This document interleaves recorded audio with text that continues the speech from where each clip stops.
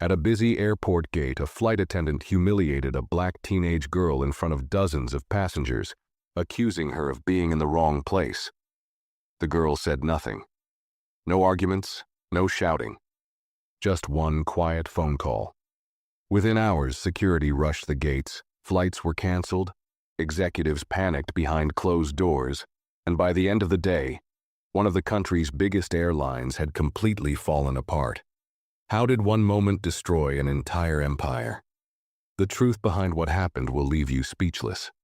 Before we start the story, comment below where in the world you are watching from today. And if you enjoy stories like this, don't forget to subscribe and turn on the bell icon so you never miss a new one.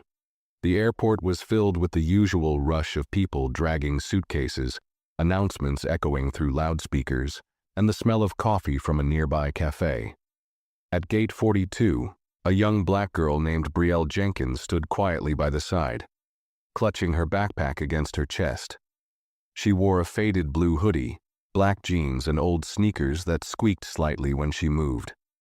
Her big brown eyes kept flicking nervously between the departure board and the paper ticket she held tightly in her hand. Brielle wasn't trying to get attention. She stayed close to the seating area, careful not to block anyone. The first-class line was a few feet away, roped off neatly, filled with business people in suits and travelers with expensive luggage. She knew she wasn't supposed to board yet, but she didn't want to stand too far back and miss the announcement. The crowd moved like a restless river, but suddenly a voice cut through everything. "Hey, you!" a woman shouted. Heads turned. Conversations stopped mid-sentence. A flight attendant in a sharp navy uniform with a badge that read Colleen Briggs stormed toward Brielle, her polished shoes clicking loudly on the floor. "You can't stand here," Colleen barked, waving her clipboard at Brielle like it was a weapon. "This area's for first class only. Economy's back there with the others." She said it loud enough so everyone nearby could hear. Brielle froze, her cheeks burning. She wasn't standing in the first-class line. She was still a few feet away, not bothering anyone. She opened her mouth to explain, but Colleen wasn't done. "Show me your ticket," she snapped, "or I'll have security escort you out." Brielle's hands trembled slightly. She hated making scenes. She hated being stared at. People nearby shifted uncomfortably, some pretending to scroll through their phones, others stealing quick looks at the scene unfolding. No one said anything.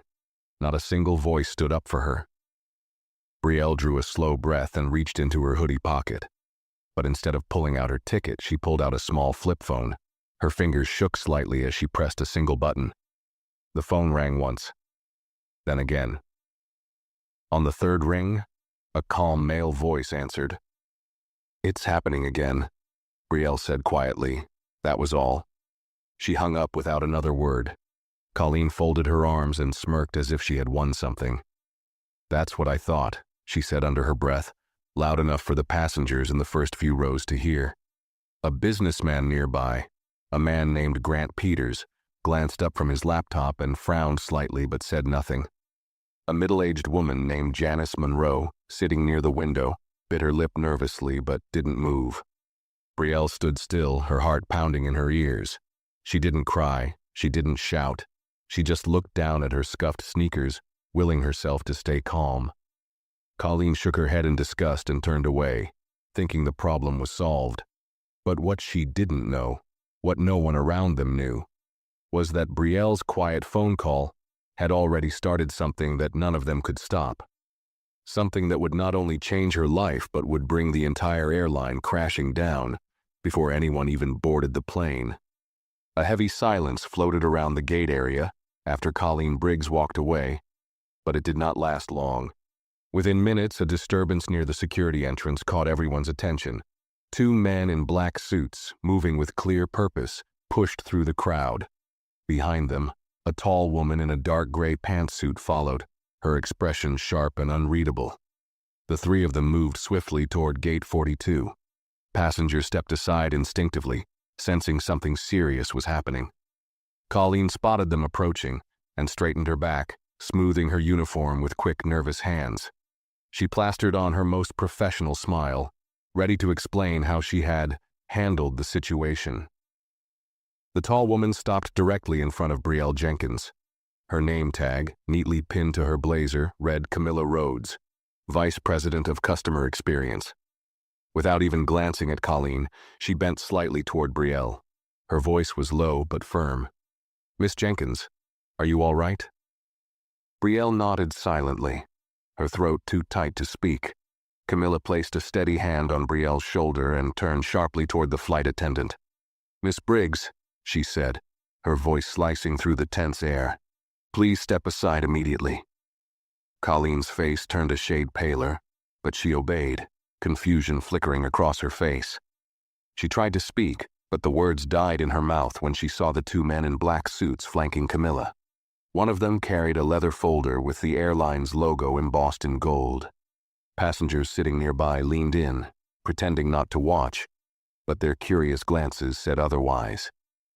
Grant Peters lowered his laptop lid. Janice Monroe clutched her handbag tightly, sensing something much bigger was happening. Camilla spoke again, this time addressing the entire gate area.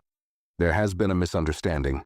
I apologize on behalf of the airline for any mistreatment one of our guests may have experienced. Further action will be taken immediately." Her words were calm, but the tightness around her mouth revealed her anger. Colleen opened her mouth to protest, but Camilla lifted a hand sharply. "Enough." Security officers approached from the side, speaking quietly to Colleen. Her hands trembled slightly as she was asked to follow them. She looked around desperately, but no one came to her defense. The crowd that once ignored Brielle's humiliation now watched silently, their expressions cold and judgmental. As Colleen was led away, Brielle stood still, feeling the stares of the passengers, but also feeling something else. A slow, steady shift in the air around her. For the first time that day, she no longer felt invisible. Camilla leaned down slightly, speaking so only Brielle could hear. "You're not alone in this. Just stay strong a little longer." Brielle nodded, clutching her backpack even tighter. She didn't fully understand what was happening yet. She only knew that the call she had made had set something powerful into motion. And what was coming next would reach far beyond a single flight, a single gate, or even a single employee. The walls around the airline were about to crack, and no one, not even the ones at the very top, would be able to stop it. Within the hour, the news of an incident at Gate 42 began spreading through the airport like wildfire. Workers whispered by the coffee stands, travelers checked their phones more often, and even some flight crews paused their conversations when glancing toward the commotion. But inside the operations office on the third floor of the terminal, the situation had already moved from whispers to alarm bells. Behind a long glass wall, a short, heavy-set man named Douglas Reeves, head of airline security operations, paced back and forth while shouting into his headset. "Who authorized an executive team to approach a passenger without clearance?" he barked. His forehead was shining with sweat despite the air conditioning. Across the room, his assistant held up a hand to get his attention. "You need to see this," she said, her voice tight. Douglas stomped over to her desk, frustration boiling just beneath the surface. On the monitor was a live feed from a popular social media platform. Someone at the gate had uploaded a video of Colleen Briggs shouting at Brielle Jenkins. Even worse, it was already gaining thousands of views per minute. Comments flooded the screen, angry and disgusted. Some posts demanded boycotts, others tagged news stations. A few pointed out the disturbing way no one had helped the young girl until executives showed up. Douglas felt his stomach twist. This was no longer just a minor gate argument. This was a full-blown public relations nightmare growing by the second. He grabbed his phone and made a call, his fingers tapping rapidly against the desk. "Get me Brian Holt," he ordered. Brian was the CEO of the airline, and he hated being disturbed. But this time Douglas had no choice. The problem was no longer small enough to hide under a report or fix with a free flight voucher. This could destroy them if not handled immediately. Meanwhile, back at the gate, Brielle sat quietly in a small, private room near the boarding area. Camilla Rhodes had personally brought her there, away from the stares and whispered conversations. A gentle-looking woman named Deborah Lane, from the Passenger Relations Department, handed her a bottle of water and spoke softly. "We're handling it, sweetheart. You don't have to worry anymore." Brielle nodded but said nothing. She wasn't afraid anymore, but she wasn't comforted either. She knew the call she made wasn't just to report mistreatment. It had reached someone far bigger, someone whose influence could shake more than just a few employees. While Deborah spoke in hushed tones to Camilla in the corner of the room, Brielle stared out the small window at the runway. Planes lined up, one after another, engines roaring, tires squealing against the concrete.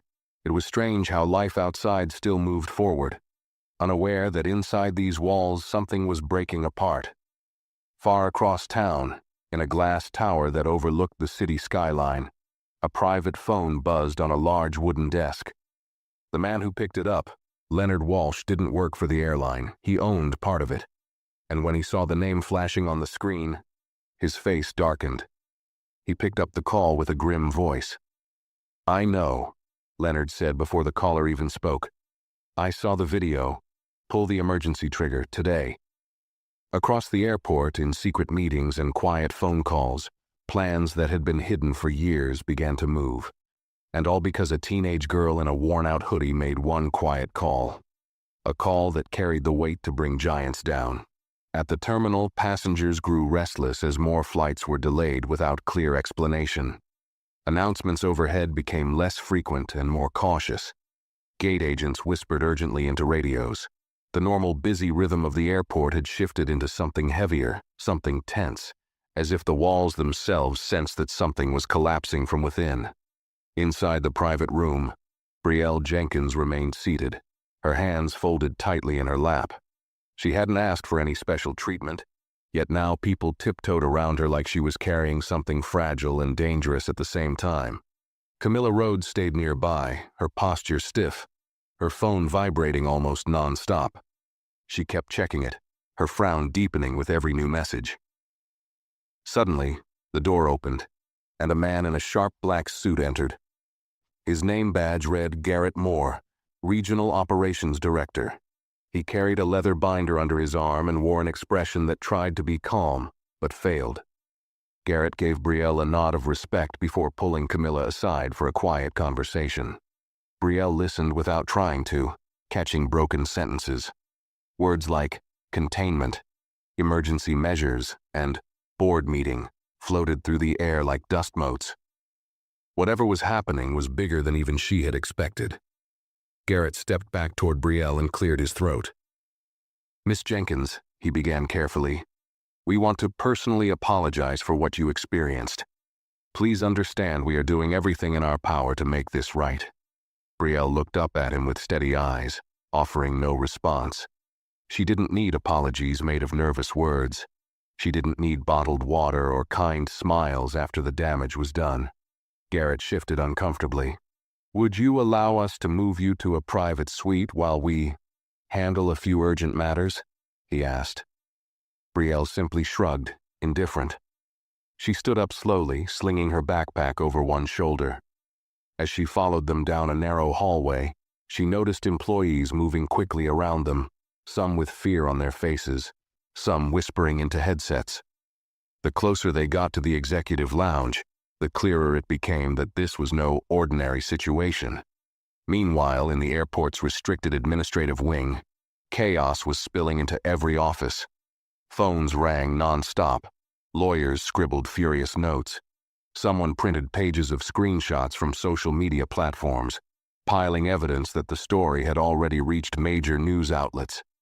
At the center of the storm, CEO Brian Holt slammed his hand onto the table, glaring at the team assembled before him. His voice was low but cold enough to make the room shudder. "I want the names of everyone involved. I want a list of every executive who failed to report this up the chain. And I want a full risk assessment. Not tomorrow, not in an hour, and now." An executive named Peter Collins, head of public affairs, shifted nervously in his chair. "Brian," he said carefully, "there's something you should know. The girl, she's not just any passenger." Brian's jaw clenched. "Then tell me, now."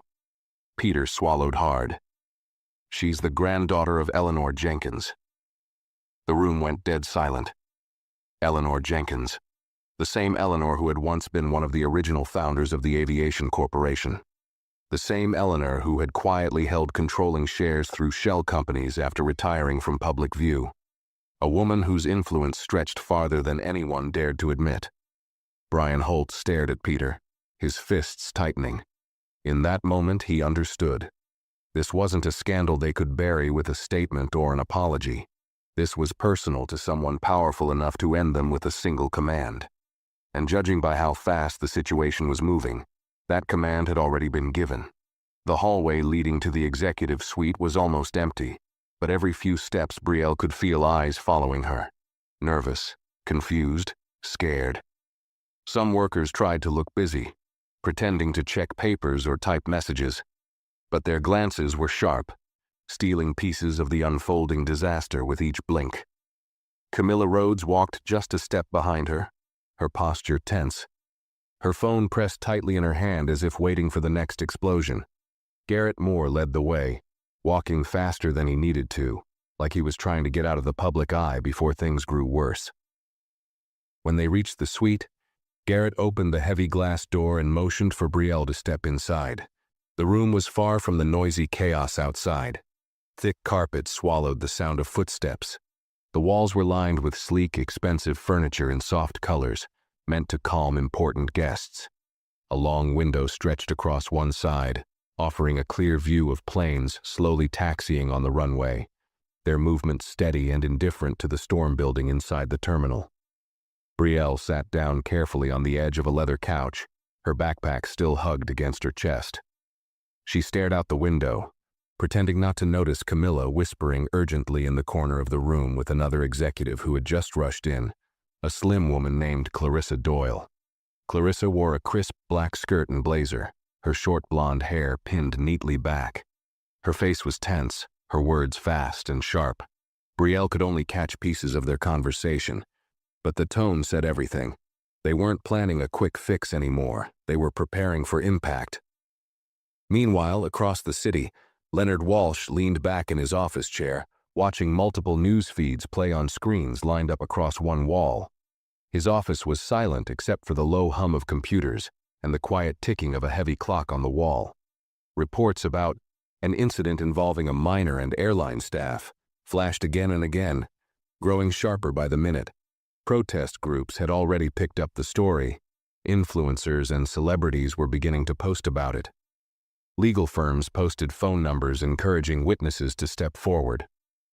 Leonard's phone vibrated on the desk. He picked it up without looking at the caller ID.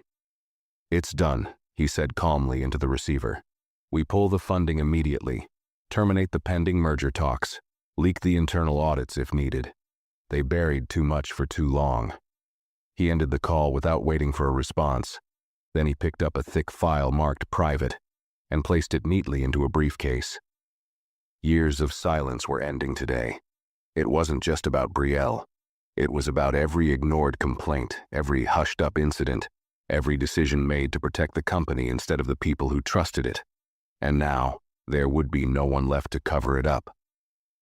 Back at the airport, Camilla stepped toward Brielle with a thin smile stretched across her face. "Miss Jenkins, can I get you anything? Water?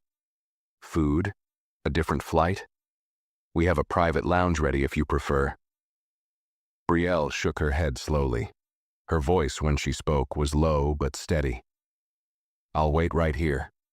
Her words, simple as they were, felt heavier than anything in the room. Camilla hesitated, then nodded and stepped back, giving her space. At the boarding gates, chaos tightened its grip. 2 major flights were canceled without warning. Rumors spread fast, talk of investigations, suspensions, even mentions that the airline might shut down certain operations. In a nearby cafe, Grant Peters scrolled through his phone, staring wide-eyed at the live news updates. Janice Monroe sat across from him, her coffee untouched, her face pale. "This isn't just about a flight delay," Janice said, her voice shaking slightly. This feels bigger, like something is breaking apart."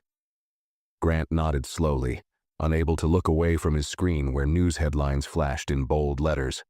"Major airline under fire after viral incident." Insider sources report executive shakeup. Shareholders demand emergency meeting. The passengers didn't know it yet, but their tickets would soon be useless. Their flights would never leave the ground. Their loyalty points, their platinum memberships, all the perks they had collected would be worth nothing. Because somewhere in the silent war rooms above the terminal, the people in charge weren't thinking about customers anymore. They were thinking about survival. And for the first time, survival might not be possible. The airport, once a place of steady rhythms and smooth operations, now felt like it was sinking into quicksand. Security officers moved quickly through the halls, whispering into radios and blocking off areas without giving explanations. Staff members in tailored suits rushed between terminals, faces tight, each one hoping they weren't the next to be called into an office and questioned. The chaos was growing, not from noise, but from the thick, heavy silence pressing down on everyone. In the executive suite, Brielle Jenkins sat calmly on the couch, her backpack now resting by her side. She watched the clouds shift outside the tall windows. She didn't flinch when the door opened again, this time allowing a group of important-looking men and women to enter. One of them was Russell Denton, the airline's vice president of legal affairs. His gray suit was wrinkled at the sleeves, his hair messy from running his hands through it too many times. Behind him was Monica Reyes, the chief communications officer, holding a tablet full of notes she could barely manage to organize. Camilla Rhodes stood straighter as they entered, her jaw set in a grim line. "They're here," she said quietly, more to herself than to Brielle. Russell stepped forward, forcing a tight smile onto his face. "Miss Jenkins," he began, his voice cracking slightly, "we would like to formally extend our deepest apologies for the experience you've had today. It does not reflect our company's values." Brielle said nothing. She simply looked at him with eyes too tired to be impressed by soft words. Russell cleared his throat. "We are prepared to offer compensation, full refunds, future travel vouchers, a private written apology from the airline's board." Brielle raised her hand slowly, cutting him off without saying a word. The room froze. Even the hum of the air conditioner seemed to fade into silence. "You think this is about a free flight?" she asked softly. Russell's face reddened. Monica Reyes shifted uncomfortably, clutching her tablet closer to her chest. No one dared to answer. Brielle stood up slowly, her small frame barely reaching Russell's shoulder, but somehow she seemed taller than anyone else in the room. "You don't even know what's about to happen," she said quietly. A knock came at the door before anyone could respond. A nervous assistant poked his head in, holding a tablet with shaking hands. "Sir, you need to see this," he said, directing it toward Russell. Russell grabbed the tablet and his eyes widened as he scrolled through the screen. Monica leaned in, and her hand flew to her mouth as she read. In bold letters, the headlines blazed. "Leaked documents reveal airline's history of discrimination complaints hidden from public. Federal investigation into airline's hiring practices launched. Major shareholders withdraw support amid scandal." Screenshots of internal memos flashed on the tablet, memos showing that complaints like Brielle's weren't isolated. They were part of a pattern, a system that trained employees to look the other way or to cover things up before they grew too loud. Camilla glanced at Brielle, realization sinking deep into her bones. This wasn't just about a girl being shouted at by a gate. This was the collapse of everything the company had built on a foundation that had rotted underneath their feet. Garrett Moore, still lingering in the corner of the room, finally found his voice. "Who leaked this?" he whispered hoarsely. Monica answered without looking up. "It doesn't matter. It's too late."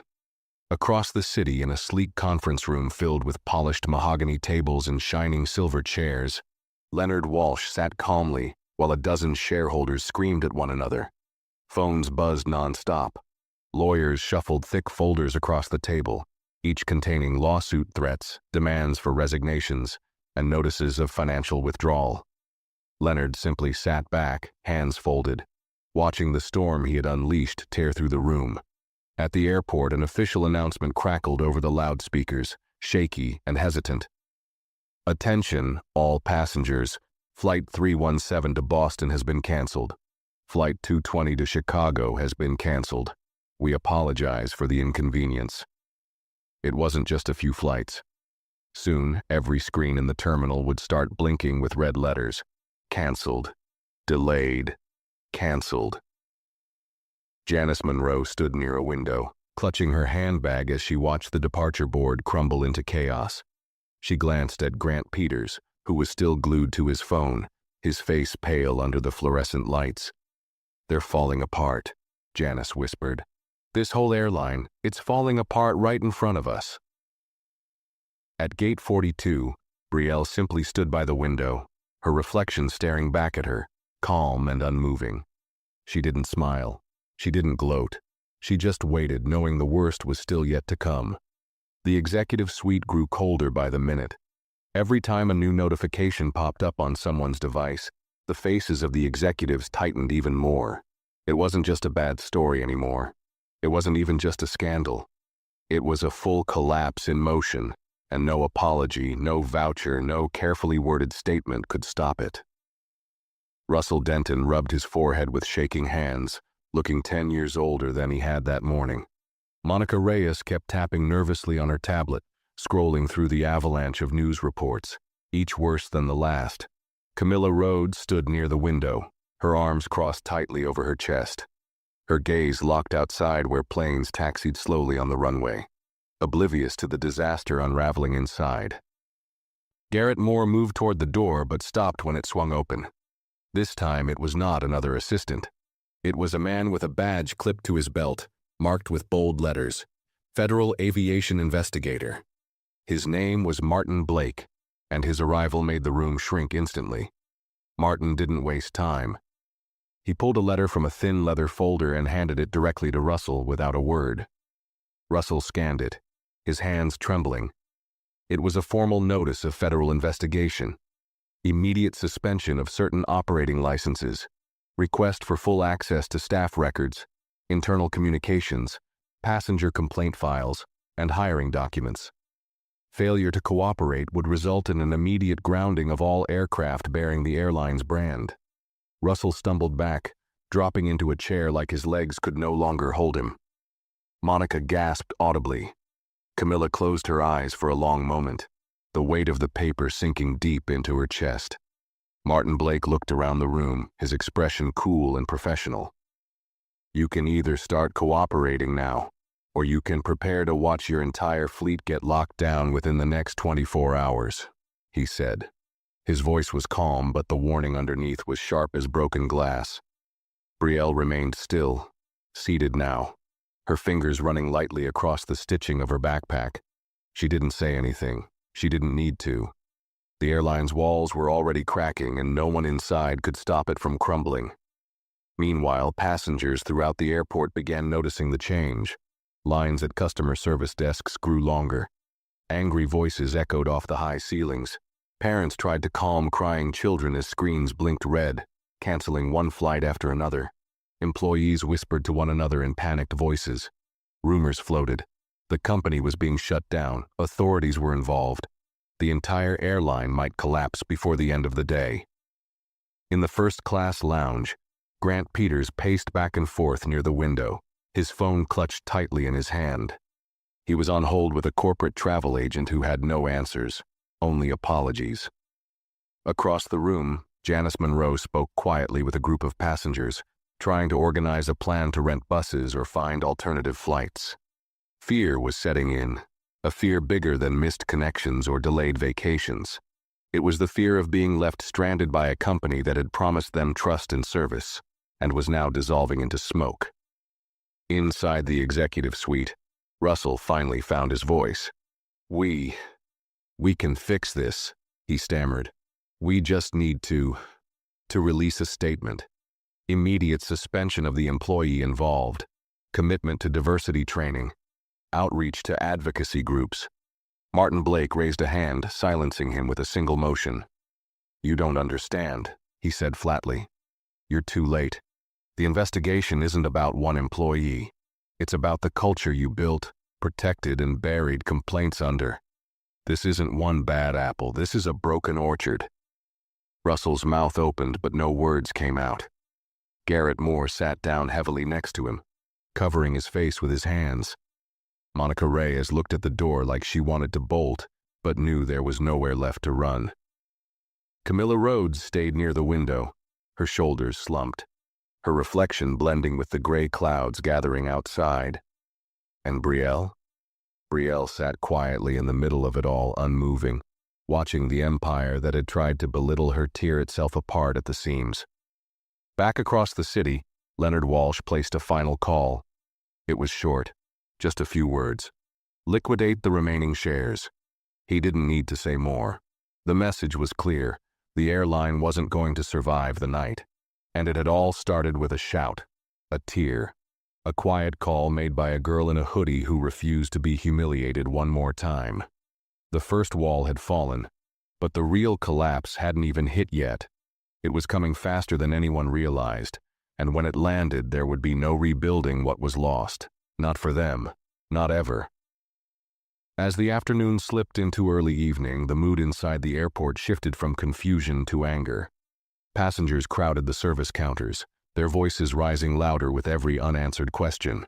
Airline staff struggled to maintain control, but it was clear they were losing the battle.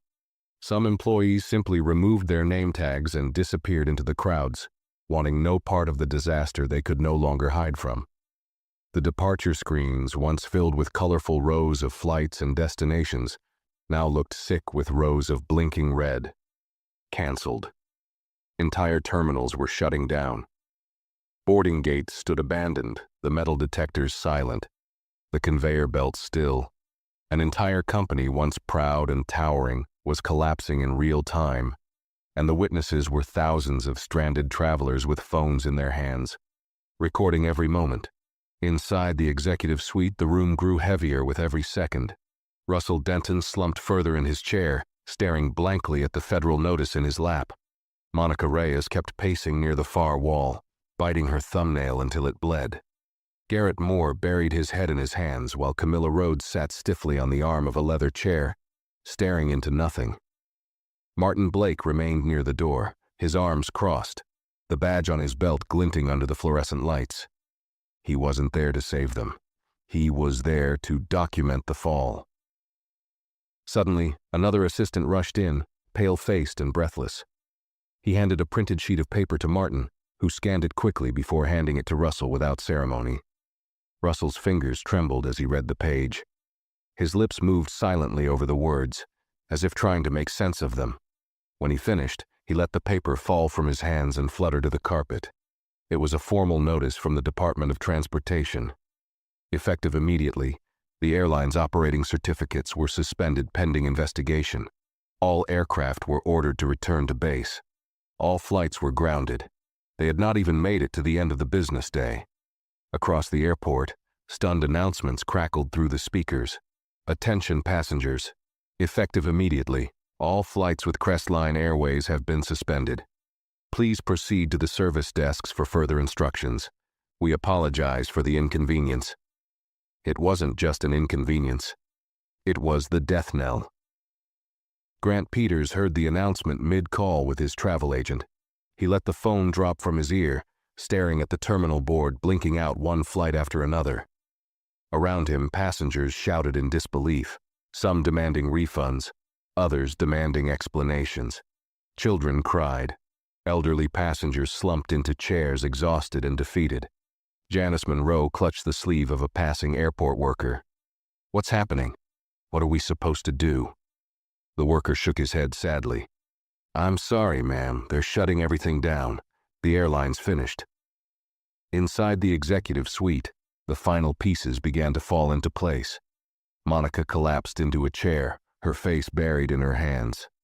Garrett sat silent, staring at the floor. Russell finally rose, his knees cracking from the strain, and approached Brielle, who still sat calmly, untouched by the panic around her. His voice cracked when he spoke. Miss Jenkins, is there anything we can do to fix this? Brielle looked up at him. Her voice was soft, but it carried across the room like a strike of lightning.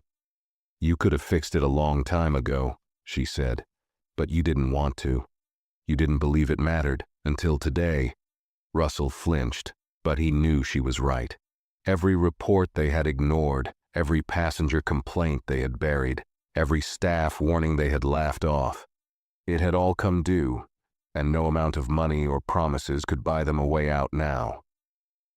Brielle stood up slowly, sliding her backpack onto her shoulder. Camilla instinctively moved to help her, but Brielle gave her a small shake of her head. She didn't need help. She never needed it. What she needed was respect, and that had come too late.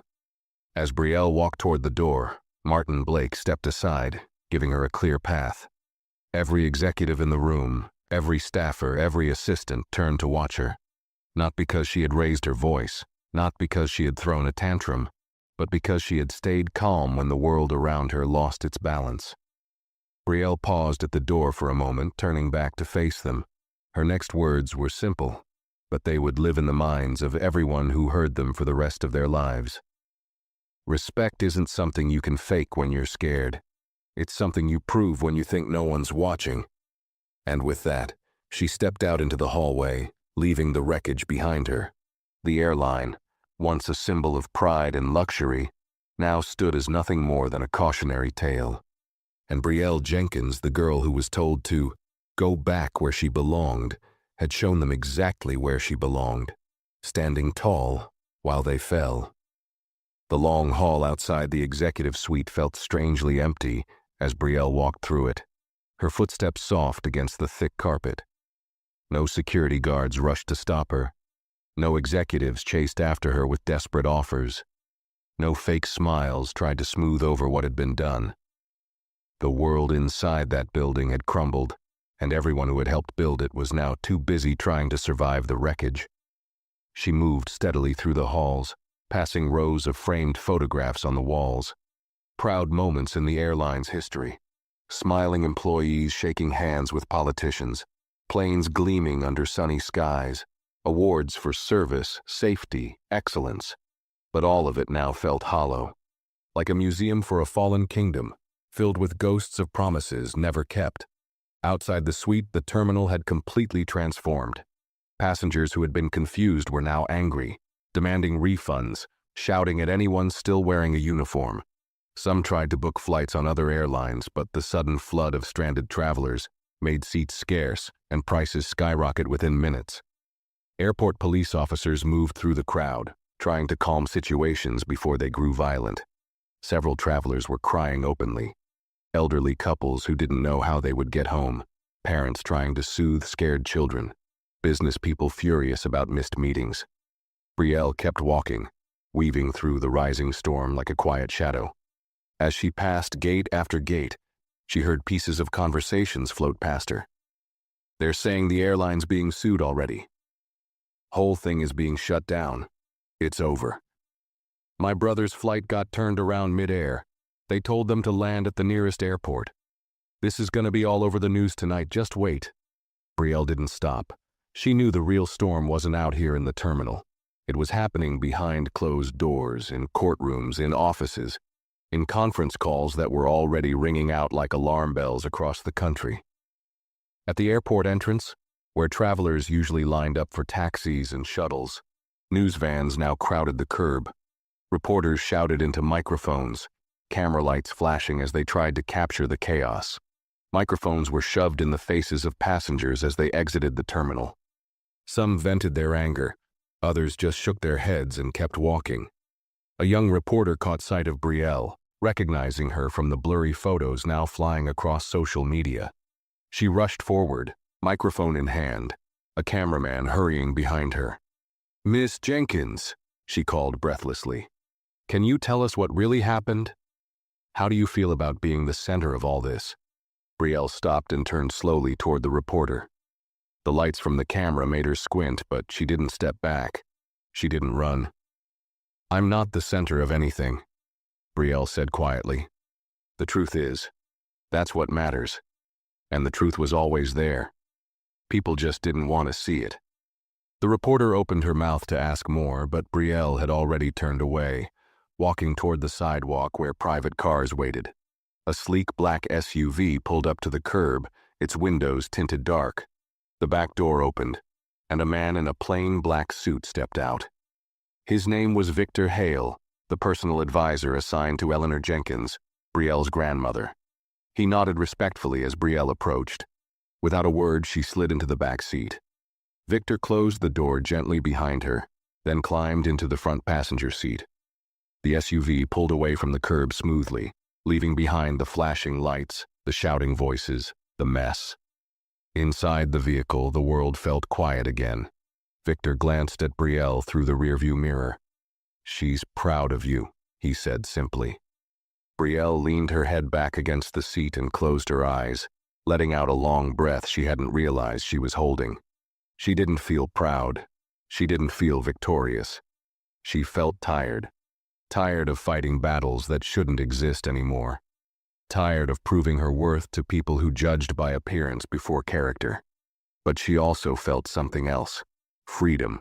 Not just for herself, but for every person who had ever been silenced, brushed aside, made invisible. The walls had cracked, the lies had been exposed, and the empire that thought itself untouchable had fallen to its knees because one girl refused to bow her head. Across the city, news stations buzzed with breaking alerts. Crestline Airways shuts down operations amid scandal. Federal investigators confirm widespread discrimination cover-up. Major shareholders file lawsuits against Crestline executives. In boardrooms and government offices, powerful people scrambled to distance themselves, erasing connections, issuing statements of regret. But it was too late. The damage was done. And all the while, somewhere far above it all, a quiet storm named Brielle Jenkins moved on, not because she had been given power, but because she had claimed the dignity that was always rightfully hers. The city lights blurred past the SUV windows as it sped down the highway. The airline's buildings, once tall and proud, now stood like empty shells against the night sky, their lights flickering uncertainly in the growing darkness. The world wouldn't forget what happened here. Brielle didn't need them to. The truth had already spoken, and nothing could bury it again. The SUV drove through the city without stopping, weaving past busy intersections and flashing billboards that now displayed breaking news headlines. Everywhere Brielle looked, the collapse of Crestline Airways was written in bold, unforgiving letters. On one corner, a giant digital screen replayed grainy footage of the incident at Gate 42. Another billboard showed a simple, cold statement. Crestline Airways, operations suspended indefinitely. Inside the car, Victor Hale drove with steady hands, occasionally glancing at Brielle through the mirror but saying nothing more. There was nothing to say. The damage spoke louder than any words could. They passed the airline's corporate headquarters on the edge of downtown, a massive glass tower that had once symbolized pride and success. Now, it stood like a hollow monument to arrogance. Reporters and angry ex-employees gathered near the entrance, their signs flashing under streetlights. "Justice delayed is justice denied, and we knew you ignored." Brielle sat in silence, watching it all. She thought back to the moment at the gate, to Colleen Briggs shouting at her in front of dozens of strangers. She had felt so small then, so exposed, but that humiliation had bloomed into something bigger, something no one could have predicted. Not even her. Victor pulled the SUV into an underground parking garage beneath a tall, quiet building. He parked near a private elevator guarded by two security officers in dark suits. They nodded to Brielle respectfully as she stepped out. The elevator ride was smooth and silent, the city noise fading away as they rose higher. When the doors finally opened, they revealed a large, warm office lined with bookshelves and framed photographs. Sitting behind a heavy oak desk was Eleanor Jenkins. Her hair was silver and short, her eyes sharp and clear despite her years. She stood slowly when Brielle entered, leaning slightly on an elegant cane carved from dark wood. "You did exactly what you needed to do," Eleanor said, her voice steady and proud. Brielle crossed the room without hesitation. Eleanor opened her arms and Brielle stepped into her embrace. For a moment, the world outside disappeared. After a long, quiet hug, Eleanor led her to a pair of leather chairs near the window, where the city stretched out in lights and distant sounds. "Tell me how you're feeling," Eleanor said gently. Brielle stared out the window for a moment before answering. "I don't feel like I won anything," she said. "It doesn't feel like a victory." Eleanor nodded slowly, understanding without needing more explanation. "Because it was never about winning," she said. "It was about standing. And you stood when it mattered most. That's something very few people manage to do, no matter how much power they have." Brielle leaned back in her chair, exhausted in a way that sleep couldn't fix. "Will it even matter?" she asked quietly. "Or will they just rebuild and pretend none of it ever happened?" Eleanor's gaze sharpened. "They might try. People always try to patch the cracks instead of tearing down what's rotten. But it won't work this time. You force them into the light. Even if the name fades, the truth is out now. And it will ripple farther than you can see today." Brielle looked down at her hands, the small scars on her knuckles from years of fights she didn't ask for. In school, on the streets, at doors that were slammed in her face. She never wanted to be a symbol. She had just wanted fairness, a chance to walk into a room and not be treated like a mistake. Eleanor leaned forward, her voice dropping lower. "This was never about just one airline. You hit something deeper. Every boardroom, every company that thought appearances mattered more than character is feeling that tremble right now." Brielle listened, the weight of Eleanor's words sinking into her chest. It was a bigger fight than she could have imagined, bigger than any single lawsuit or single news story. "You shook the ground," Eleanor said firmly. "Now let them rebuild better, or let them fall too." Outside, the city buzzed with the news. Across the country, other companies called emergency meetings. Public figures made hollow apologies. Shareholders demanded audits. CEOs whispered nervously behind closed doors, wondering if their walls would hold or if they, too, would crumble under the same truth that had ripped through Crestline Airways. Brielle didn't need to be part of those rooms. She had already done her part. She had already left her mark. And not with screaming, not with violence, but with quiet, steady courage that outlasted all their noise. As the night deepened and the city lights blurred into long golden rivers, Brielle sat quietly by the window. She didn't smile. She didn't cry. She just watched, knowing the world she woke up to tomorrow would not be the same world it had been this morning. Not for her. Not for anyone. And deep inside, a small, fierce light burned. Not of pride, but of something even stronger. Hope. Real, untamed hope. Born not from what was given, but from what was taken back. And from the simple, powerful fact that when it mattered most, she had stood. The hours stretched long into the night, but the world refused to sleep. Crestline Airways was no longer just a company under fire. It had become a symbol of everything that had been whispered about in boardrooms, written about in quiet editorials, and muttered in employee break rooms for years. Every major news channel carried the story. Every social media feed buzzed with new leaks, new testimonies, new outrage. Former employees came forward, some anonymously, others bravely showing their faces, telling stories of discrimination, mistreatment, and silencing. One by one, the pieces of the company's careful image fell apart. News anchors used words like systemic, long-standing, and deeply rooted without hesitation. No one tried to defend Crestline anymore. It had no defenders left.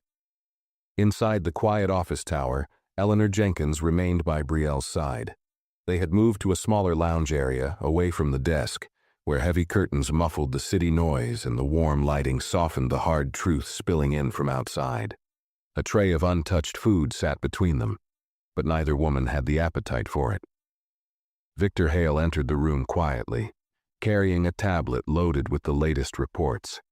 He handed it to Eleanor, who scrolled through it slowly, her face showing little emotion. After a few minutes, she set it aside and turned to Brielle. "They're offering settlements to employees who are coming forward," Eleanor said, her voice low. "They're trying to close mouths before the courts open them." Brielle wasn't surprised. That was how companies survived, or tried to. Money, hush agreements, promises to do better that were written carefully in contracts but never in hearts. Eleanor leaned back in her chair, watching Brielle with a sharp, thoughtful gaze. "You have a choice now," she said. "You can let them handle it in the courts. Let the government investigations do what they can. Or ... Brielle turned to her, already sensing where this was going. "Or you can push it even further," Eleanor finished.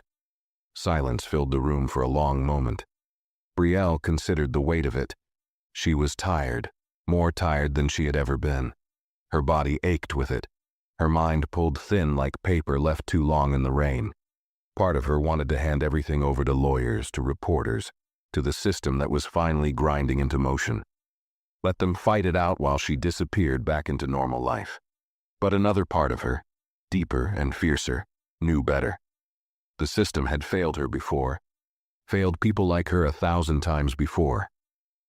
What had changed wasn't the system, it was her willingness to let it be enough.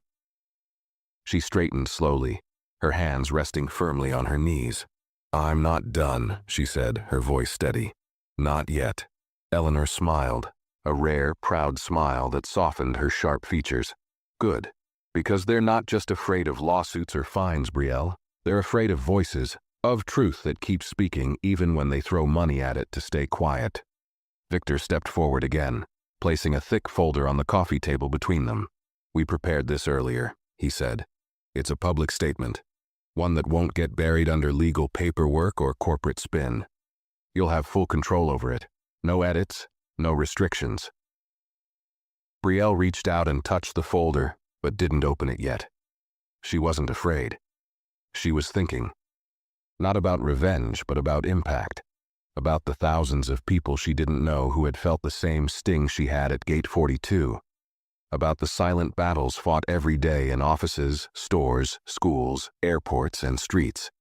"This isn't just about Crestline," she said quietly.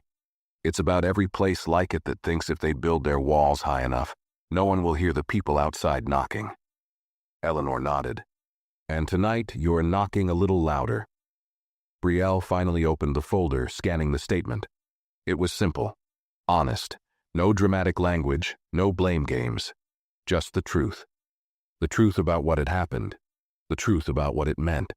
The truth about why it couldn't be ignored anymore. Victor handed her a pen. She signed her name at the bottom without hesitation. At the same time, across the city, television studios prepared for breaking news broadcasts. Public relations teams scrambled to update their scripts, realizing too late that no prepared statement from Crestline Airways could match the raw power of the truth coming from Brielle Jenkins herself. At 11:58 p.m., the statement was released online through major media outlets, advocacy groups, and Brielle's newly created official account. It spread faster than anything Crestline's executives could have imagined. By midnight, Brielle Jenkins was trending in 37 countries. By 1 a.m., global news anchors read pieces of her statement live on air. By 2 a.m., several major airlines announced immediate internal reviews of their own practices. The world didn't sleep that night. It listened. And somewhere high above the chaos, sitting quietly in a soft chair by a dark window, Brielle watched the distant lights of the city flicker under the weight of a change she had helped unleash. The fight wasn't over. Maybe it never would be. But tonight the silence had been broken. And that was enough. For now. It was enough. The early hours of morning rolled in slowly, carrying the faint light of dawn and a city that had not truly slept. A quiet buzz hung in the air, thick with the weight of change. Television screens and restaurants, hotel lobbies, airports, and living rooms replayed Brielle's statement over and over, her calm words breaking through layers of practiced corporate apologies that the public had grown used to ignoring. But this time, they listened. In neighborhoods far from towering glass offices, families sat around kitchen tables, reading articles out loud, their coffee growing cold. Workers at bus stops scrolled through their phones, nodding quietly to themselves. Students shared clips in group chats. Taxi drivers discussed it between rides. It was no longer just Brielle's story. It had become a reflection, a mirror held up to a society that had looked away for too long. Brielle, still sitting by the wide window in Eleanor's office, watched the sky shift from black to a deep bruised blue. She hadn't slept. She hadn't even tried. Sleep felt impossible when the air itself seemed to hum with the knowledge that something irreversible had happened. Across the room, Eleanor slept lightly in her chair, a blanket draped over her knees. Victor Hale remained awake, standing quietly by the door, checking his phone now and then, but never intruding. He understood the weight Brielle carried better than most. Some battles were not fought with fists or slogans, but with silent endurance, and Brielle was carrying the weight of more than just her own experience now. The soft buzz of Victor's phone broke the stillness. He answered quickly, his voice low. After a short exchange, he crossed the room to Brielle. "It's starting," he said simply. Brielle stood slowly, her body stiff from sitting too long. She pulled the blanket around Eleanor's shoulders more securely, then nodded at Victor to lead the way.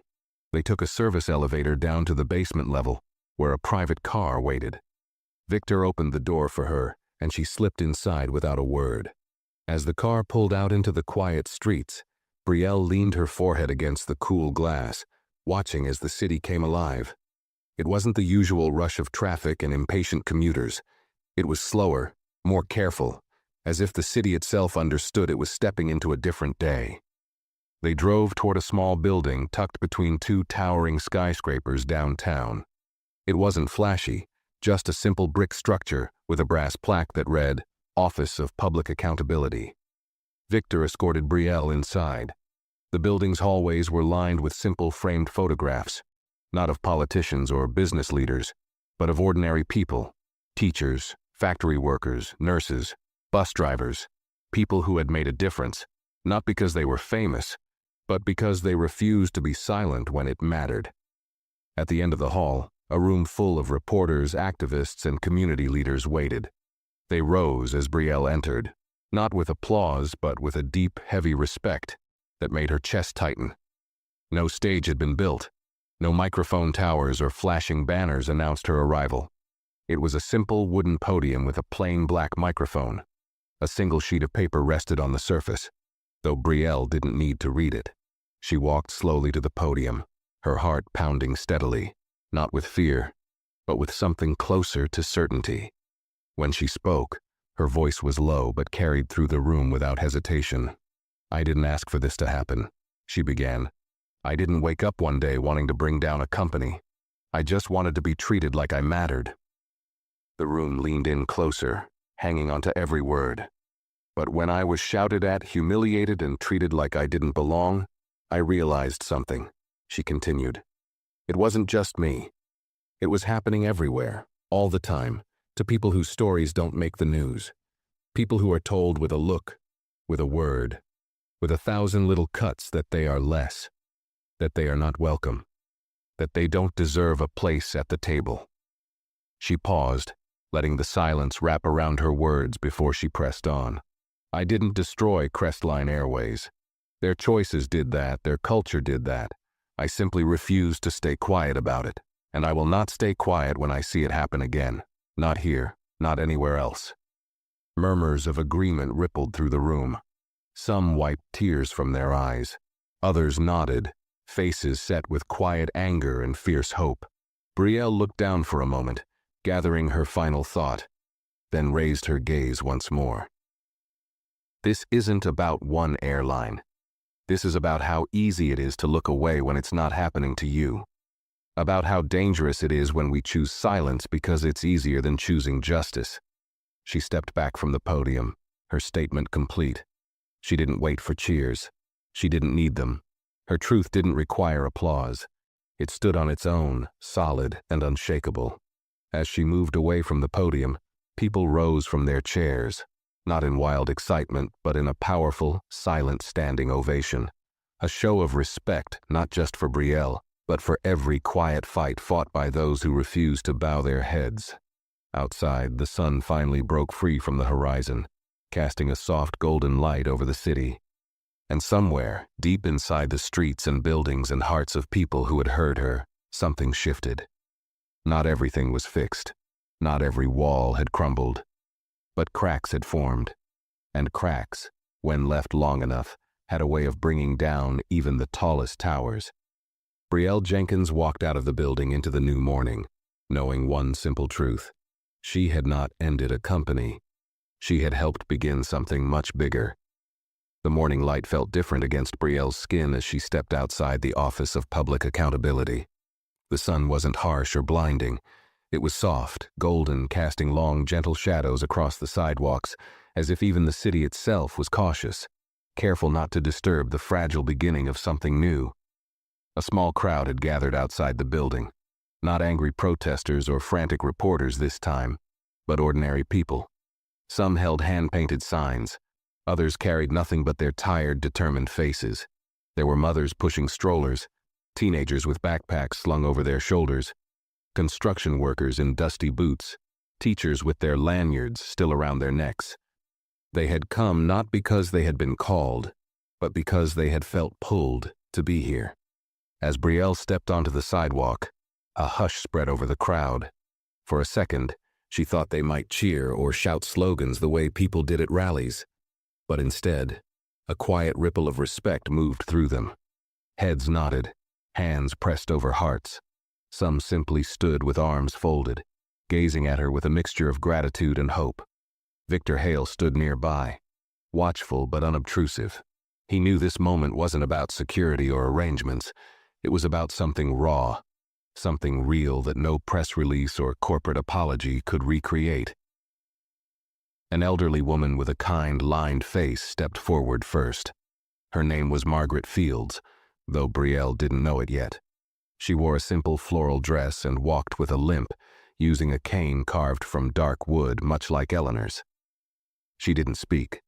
She simply reached out and pressed a small folded note into Brielle's hand, squeezing her fingers gently before stepping back into the crowd. Others followed. A young man in a delivery uniform gave her a quiet nod. A mother pulled her young daughter forward to wave shyly.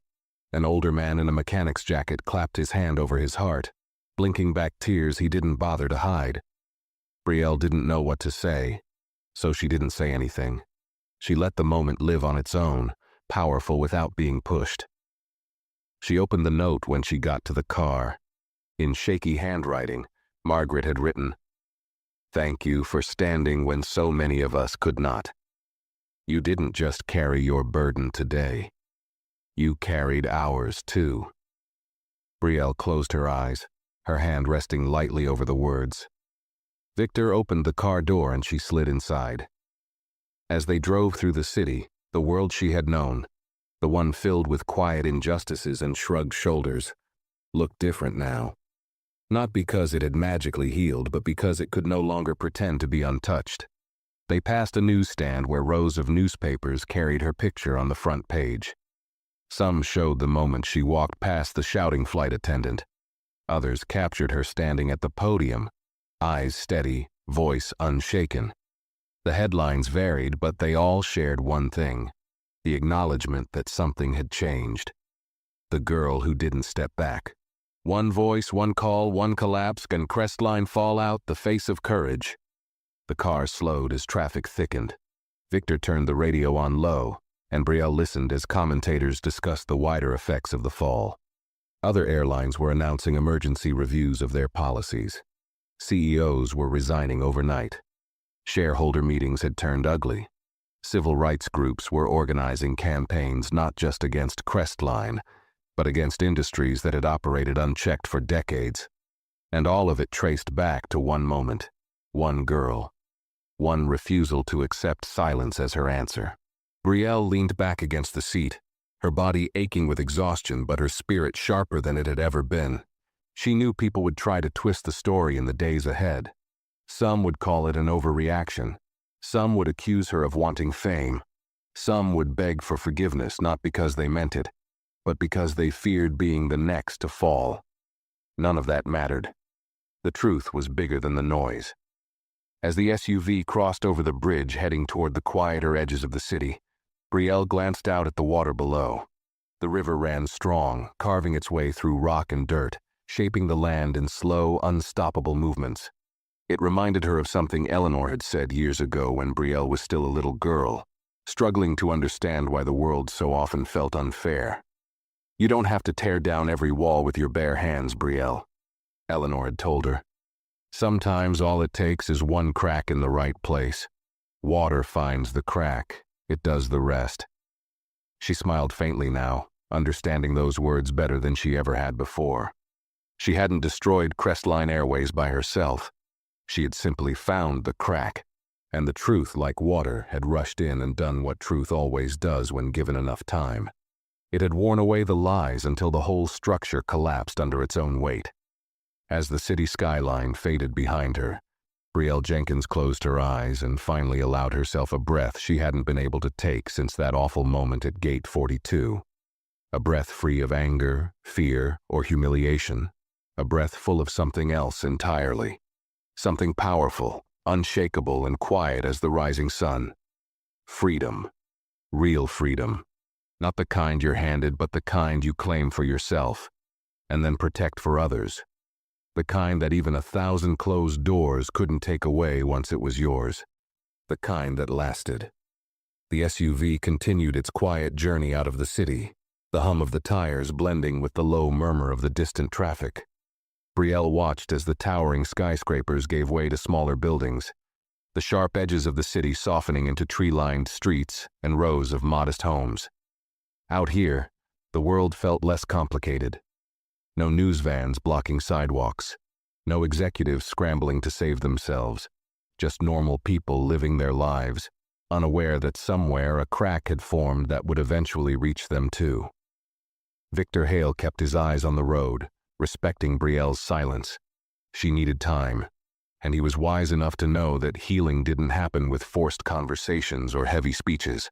Sometimes it happened in long stretches of road, in the slow passing of neighborhoods, in the simple sound of breathing easier than you had the day before. Brielle leaned her head against the cool glass of the window. Her mind wandered, replaying the events of the last 24 hours in pieces. The sharp shout from Colleen Briggs, the cold stares of strangers, the heavy silence before her quiet call, then the tidal wave that followed, the executive scramble, the leaked documents, the shutdown of an empire built on appearances rather than truth. A small part of her still couldn't believe it. That one voice could trigger so much. That standing her ground could shift the earth beneath a giant's feet. As they drove, Victor turned onto a narrow gravel road that wound through a cluster of trees. At the end of the path stood a modest farmhouse, white paint weathered by years of sun and rain, windows glowing warmly against the gray morning light. Smoke curled lazily from the chimney, and a rocking chair creaked gently on the front porch. This was Eleanor's private home, the place she had retreated to after years of boardrooms and business wars. Here, the world moved slower, measured not in stock prices but in seasons, harvests, and the quiet rhythm of living honestly. Victor parked the car and got out first, opening Brielle's door. She stepped onto the gravel, feeling it crunch under her sneakers. The smell of damp earth and wood smoke filled the air, grounding her in a way nothing else could. Eleanor was already waiting on the porch, wrapped in a thick knitted shawl, her cane resting lightly against the chair. She smiled, a real smile this time, one that reached her sharp, clear eyes. Brielle climbed the steps and sank into the empty chair beside her. For a few minutes, neither of them spoke. They simply sat, watching the breeze stir the long grass and the first rays of true sunlight stretch across the field. Finally, Eleanor broke the silence. "You know it doesn't end here," she said quietly. Brielle nodded. She knew. "There will be others," Eleanor continued. "Other companies, other gatekeepers, other doors closed without reason. This fight doesn't wrap itself up neatly because one company fell." Brielle leaned forward, resting her elbows on her knees. "I know," she said, "but it has to start somewhere." Eleanor smiled again, this time with something deeper behind it. Pride, maybe, or hope, or the hard-earned wisdom of someone who had fought her own battles long before anyone knew her name. "It did," Eleanor said. "It started with you." They sat in comfortable silence after that, listening to the sounds of the morning, the chirp of birds, the low rustle of trees, the distant bark of a dog somewhere down the road. Brielle let the peace wash over her, sinking into her bones. She wasn't naive enough to think she had changed the whole world overnight. The roots of injustice ran deep, tangled beneath centuries of excuses and indifference. But she had proved something, not just to Crestlane Airways but to herself. She had proved that silence was not the only option, that standing up, even when your voice shook, even when your hands trembled, was worth it. That dignity was not something given by others, but something you could claim and protect for yourself. Inside the house, Victor started a pot of coffee, the rich smell drifting out to the porch. Eleanor patted Brielle's hand once before pushing herself up slowly with her cane and heading inside, leaving Brielle alone with her thoughts. The field stretched out before her, open and wide and endless. And for the first time in a long, long time, Brielle Jenkins didn't feel like she was standing at a locked door. She felt like she was standing at the beginning of a road built not by permission, not by invitation, but by every step she took forward. The fight would continue, the walls would resist, but the cracks had formed. The river of truth was running through them. And Brielle knew now. She was not just a passenger waiting for a gate to open. She was the storm waiting just beyond the horizon. Quiet, steady, unstoppable. And the world would never again be able to pretend she hadn't arrived. The day grew warmer as the sun climbed higher, spilling golden light across the fields and filling the air with the smell of fresh earth. The farmhouse creaked softly as the wood warmed under the sun, and a few birds settled on the porch railing, chirping lazily as if they too were part of this moment. Brielle remained seated in the rocking chair, her fingers brushing over the worn armrests as she stared out at the endless landscape. It was peaceful here, but it wasn't the kind of peace that came from escape.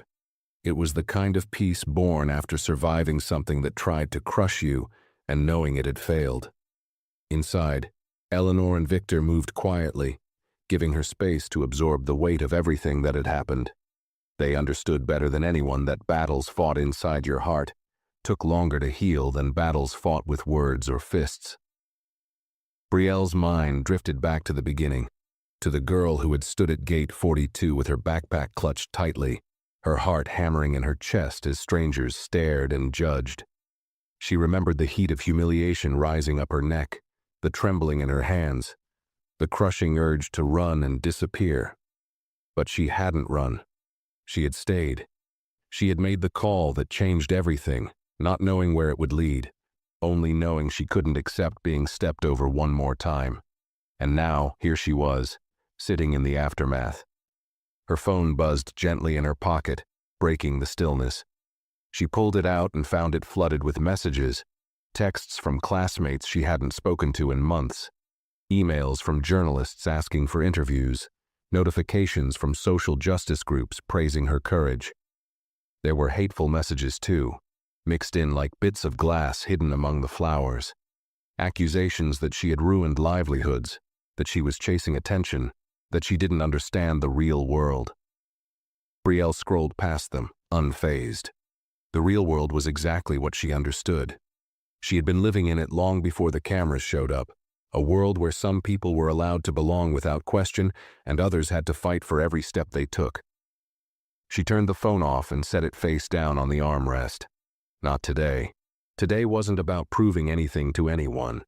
Today was about remembering who she was before the noise, before the headlines, before the moment she became a symbol for something bigger than herself.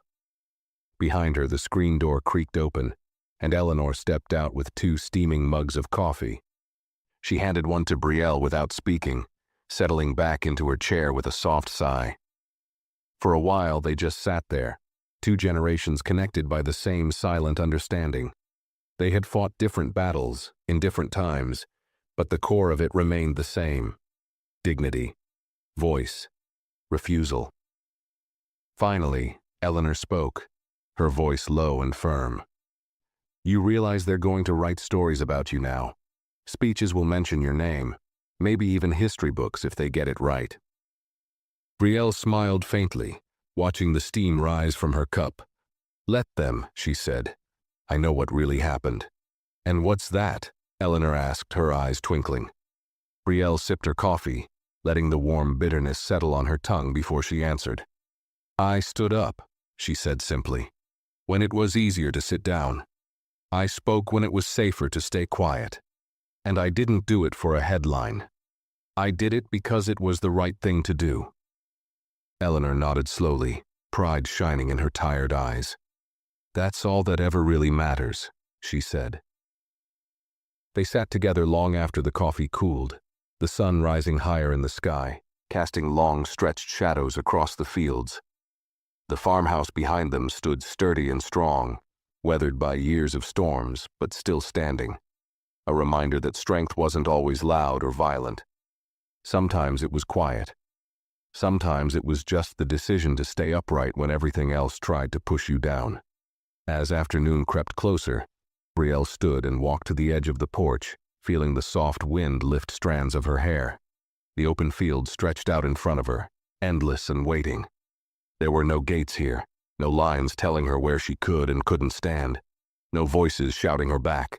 She stepped off the porch onto the grass, the ground firm beneath her feet.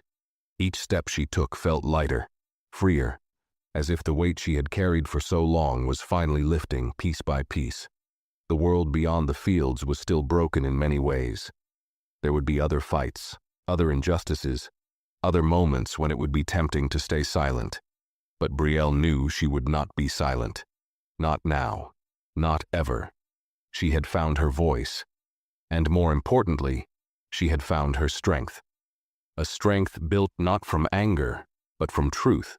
A strength not dependent on applause or headlines or validation. A strength that lived inside her, unshakable and sure. As she walked farther into the field, the wind pressed gently against her back, like a silent encouragement to keep moving forward. And she would. One step, one voice, one stand at a time. Because change didn't happen when giants chose to be kind. It happened when ordinary people like her refused to back down. And Brielle Jenkins was done backing down. She was walking into a future she had helped carve open, with the whole wide sky stretched out before her, vast, limitless, and entirely her own. If you liked this story, make sure to give this video a thumbs up, share your thoughts in the comments below, and don't forget to subscribe to the channel for more powerful stories.